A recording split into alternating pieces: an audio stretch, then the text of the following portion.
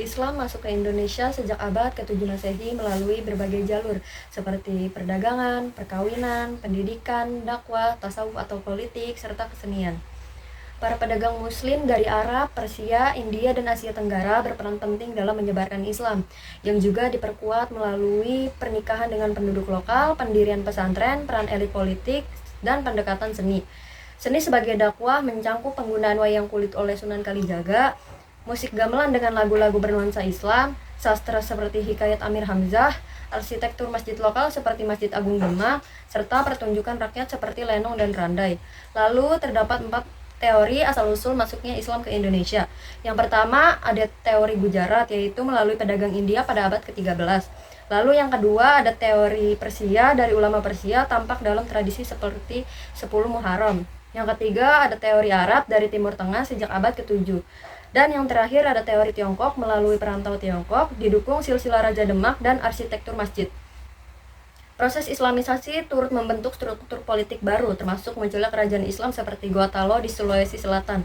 Kerajaan maritim ini meski baru resmi memeluk Islam pada 1605, telah lama terlibat dalam jaringan dagang muslim dan bersikap terbuka terhadap pengaruh luar, yang memudahkan transformasi budaya dan politik ke arah Islam. Asal-usul Kerajaan Gotalo. Kerajaan Gotalo merupakan gabungan dari 2 kerajaan besar di Sulawesi Selatan yang memainkan peran penting dalam sejarah Indonesia Timur. Pada awalnya, Goa dan Talo berdiri sebagai 2 kerajaan yang berbeda. Kerajaan Goa didirikan sekitar abad ke-14. Menurut Lontara Goa atau naskah kuno Makassar, kerajaan ini bermula dari tokoh legendaris Tumanurung yang diyakini turun dari langit untuk mempersatukan kelompok-kelompok kecil di wilayah Goa. Kerajaan Talo pada awalnya merupakan kerajaan bawahan dari Goa, namun dalam perkembangannya Talo menjadi kerajaan yang setara dan berdiri sejajar sebagai mitra politik. Bersatunya kerajaan Goa dan Talo pada awal abad ke-16, hubungan antara Goa dan Talo sempat diwarnai persaingan dan konflik. Namun setelah Talo mengalami kekalahan dalam sebuah peperangan, kedua kerajaan akhirnya memilih untuk bersatu. Penyatuan ini terjadi di bawah kepimpinan Karaeng Tuni Palangga Ulaweng atau Raja Goa ke-9 dan Karaeng Leo Ripakere atau Raja Talo. Persekutuan antara 2 kerajaan ini dikenal dengan istilah Rua Kareng Sara Ata, yang berarti 2 raja 1 rakyat. Sejak saat itu, Goa dan Talo membentuk kekuatan politik dan militer yang besar di wilayah Sulawesi Selatan. Penyatuan ini membawa dampak besar. Goa Talo berkembang menjadi kekuatan maritim utama, menguasai jalur perdagangan rempah-rempah, serta menjalin hubungan dagang dan diplomatik dengan bangsa-bangsa Eropa seperti Portugis dan Belanda. Kerajaan ini kemudian memainkan peran sentral dalam proses Islamisasi dan dalam dinamika politik kawasan Indonesia Timur. Letak geografis Kerajaan Goa Talo. Kerajaan Goa dan Talo, yang dikenal juga sebagai Kerajaan Makassar, terletak di Sulawesi Selatan. Ibu kota kerajaan ini adalah Makassar, yang dulunya dikenal juga sebagai Ujung Pandang. Wilayah Sulawesi Selatan ini memiliki posisi geografis yang sangat strategis, karena berada di dekat dari pelayaran utama perdagangan Nusantara. Makassar berkembang sebagai pusat persinggahan penting bagi para pedagang, baik dari wilayah Indonesia bagian timur maupun barat. Letak strategis ini menjadi faktor utama dalam perkembangan Kerajaan Goa Talo sebagai kekuatan besar di bidang perdagangan, terutama dalam penguasaan jalur rempah-rempah di kawasan Nusantara. Komoditas unggulan dan sistem perdagangan. Berdasarkan hasil kajian sejarah, komoditas unggulan dari Kerajaan Goa Talo adalah rempah-rempah dan beras.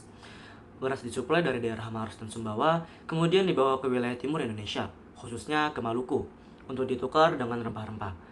Perdagangan dilakukan menggunakan sistem barter, karena pada saat itu sistem pembayaran dengan uang belum dikenal secara luas. Dalam barter ini, pedagang Bugis Makassar memainkan peran utama. Mereka membeli beras dan barang-barang lainnya dari pelabuhan-pelabuhan di bagian barat Indonesia, lalu menukarnya dengan rempah-rempah di wilayah timur. Proses barter ini dilakukan berdasarkan kesepakatan nilai tukar atau perbandingan satuan yang telah disetujui oleh kedua belah pihak.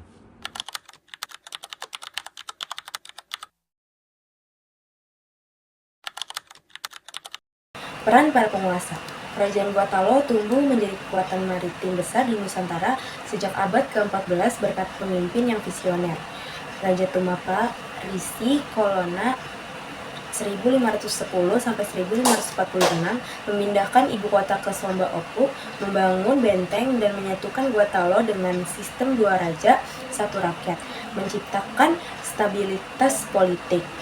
Sultan Alauddin 1593 sampai 1639 adalah penguasa pertama yang masuk Islam 1605 dan memperluas wilayah dengan menaklukkan Bone, Wajo, dan wilayah timur. Sultan Hasanuddin 1653 sampai 1669 terkenal karena perlawanan heroiknya terhadap VOC dalam Perang Makassar.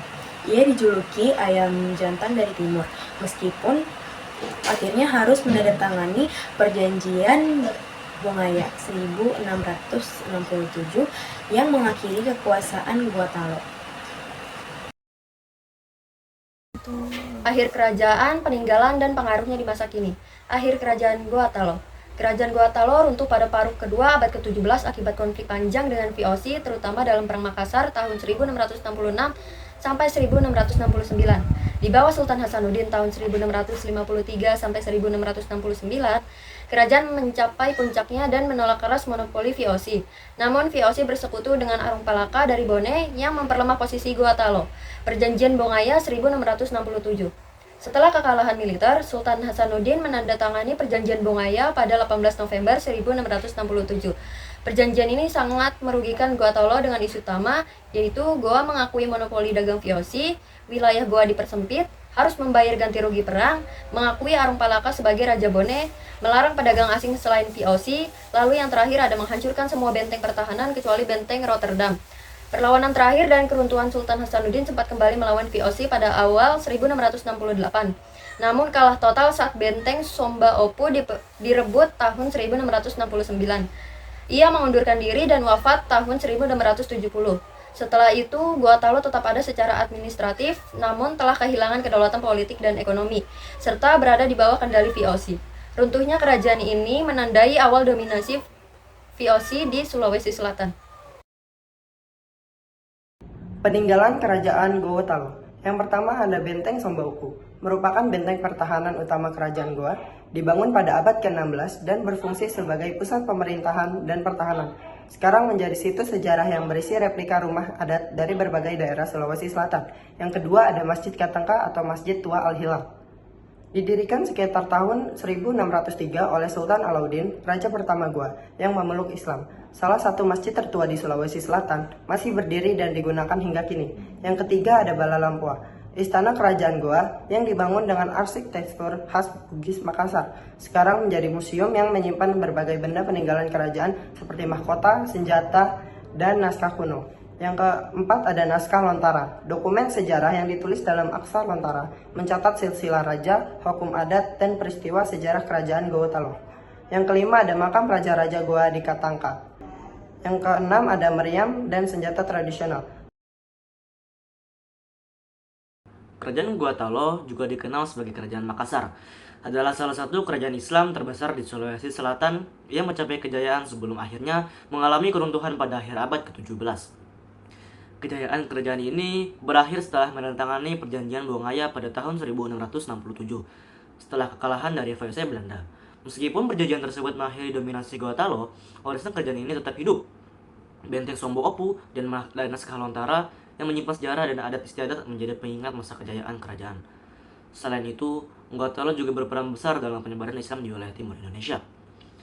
Dan tokoh seperti Sultan Hasanuddin dikenal sebagai pahlawan mempertahankan agama dan kemerdekaan. Pengaruh Gua Talo tidak hanya terlihat dalam sejarah militer dan perdagangan, tetapi juga dalam identitas budaya dan keagamaan masyarakat Sulawesi Selatan. Letaknya strategis menjadikan wilayah ini sebagai pusat perdagangan yang mempertemukan berbagai wilayah, sehingga Islam tumbuh kuat di masyarakat Bugis Makassar. Hingga kini, pengaruh kerajaan ini masih terasa dalam kehidupan sosial, adat, bahasa, dan semangat perjuangan rakyatnya, membuktikan bahwa kejayaan suatu bangsa diukur bukan hanya dari lama kekuasaannya, tapi dari pengaruhnya yang mendalam dalam masyarakat.